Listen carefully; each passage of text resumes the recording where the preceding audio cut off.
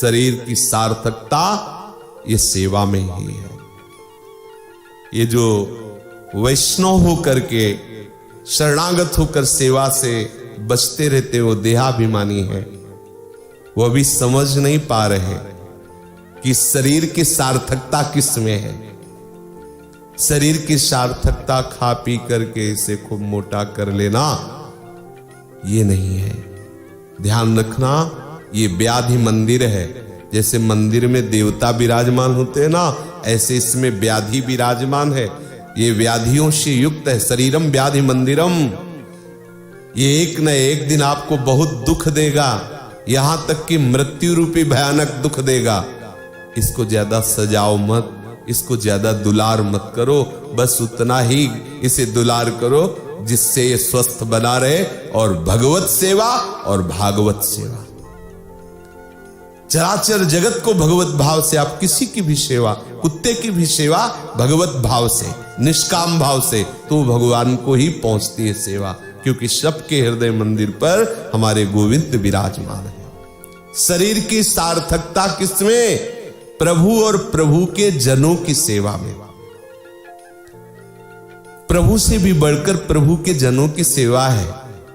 कुछ ऐसा स्वाद है भगवत प्रेमी महापुरुषों की सेवा में कि उस स्वाद को लेने के लिए सबके सेव्य ठाकुर स्वयं सेवक बन जाते हैं। आप देखो, कहीं शिखंडिया रूप से एकनाथ जी की सेवा में, कहीं अंतर्यामी नामधारी त्रिलोचन जी की सेवा में, कई और बहुत सी ऐसी भक्तों के चरित्र आए जहां अखिल लोक चूड़ामणि सबके स्वामी सेवक बने दिखाई दिए। कहीं गुप्त रूप से, कहीं प्रकाशित हो गए, नहीं तो अपने भक्तों की सेवा सुख का स्वाद लेने के लिए चराचर जगत के स्वामी सेवक बन जाते हैं। पग चापू, सेज बिछाओ, नौकर बनु हजाम, हाकू बैल बनो गडवारो, बिना तनख्वाह रथवान, यही तो मेरे मन में ठणी, भगत मेरे मुकुटमणि। मैं भक्तन को दास, भगत मेरे मुकुटमणि।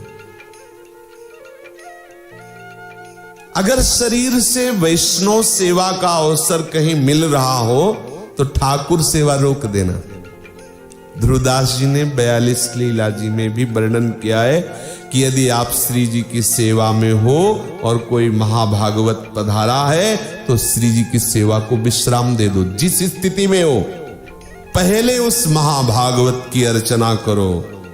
और वो स्वयं भगवत प्रेमी है, इसलिए वो ऐसा बर्दाश्त नहीं करेंगे। वो खुद आदेश कर देंगे कि आप पहले श्री जी की सेवा करो। लेकिन आपका कर्तव्य है कि श्री जी की सेवा उसी स्थिति में विश्राम कर दो। ऐसा नहीं कि अभी आधी पत्रावली हुई तो पूरी कर दे। वो वैसे ही चंदन और श्री जी सब विराजमान कर दिए, हाथ जोड़कर खड़े हुए, उनकी अगवानी की, उनका आदर किया। अगर ऐसा किया तो बोले जगत पर विजय प्राप्त कर लेगा वो भक्त।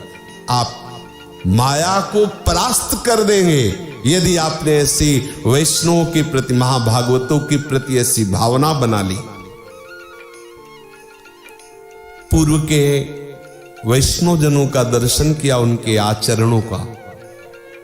वयोवृद्ध है, सामने से देखा 4 भगत नाम कीर्तन करते हुए तुलसी जी माथे पे विराजमान किए हुए जा रहे हैं। तत्काल सावधान हुए, पीछे हटे और उनको पंचांग साष्टांग प्रणाम किया। तब तक ग्रीवा झुकाए खड़े रहे जब तक वो तुलसी जी को लेकर कीर्तन करते हुए आगे नहीं निकल गए।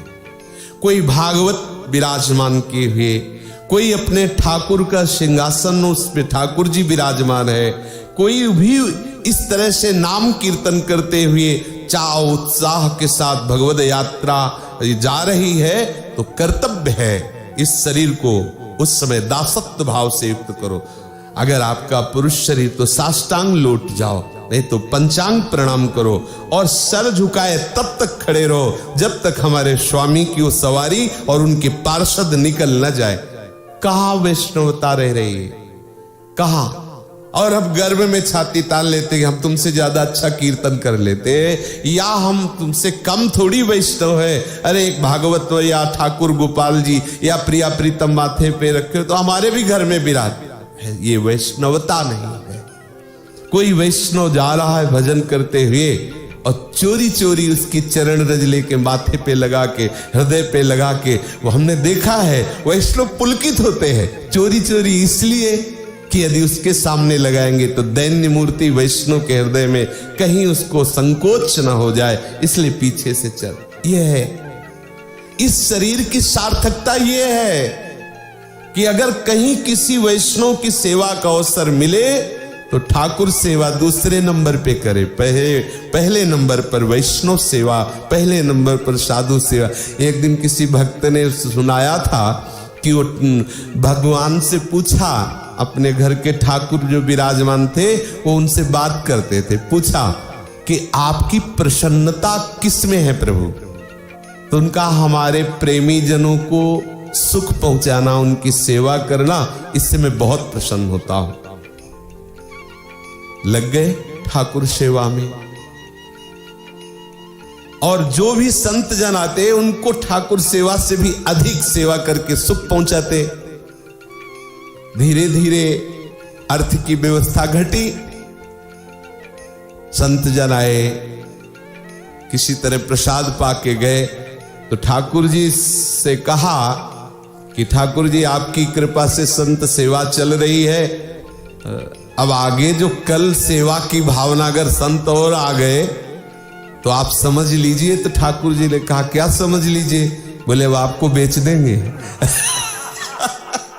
मतलब हम पहले से आपको बता रहे हैं कि हमारे घर से साधु भूखा ले जाएगा, अगर ऐसा कुछ हुआ कल कुछ नहीं हुआ तो प्रिया प्रीतम दोनों को हम दुकान पहुंचा देंगे, और फिर जो भेंट मिलेगी वो अब, क्योंकि आपने कहा है कि आपके प्रेमी जनों की सेवा से आपको सुख मिलता है, तो ये बात हम पूर्ण करने के लिए आपको भी बेच देंगे।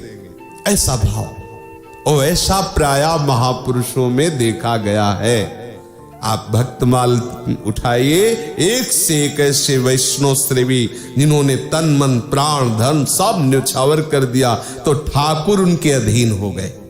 ये प्रभु को अधीन करने का उपाय वृत्तासुर को अंतिम समय स्फुरित हुआ, और वो प्रभु से कह रहे हैं अहम हरे तव पादैक मूल दासानुदासो भवितास्मि भूयः, मैं आपके किसी दासों का दास बन जाऊं और मेरा तन सदैव आप और आपके दासों की सेवा में रहे, मेरा मन आपके स्मरण में रहे, मेरी वाणी सदैव आपके गुणों का, आपके नाम का कीर्तन करे।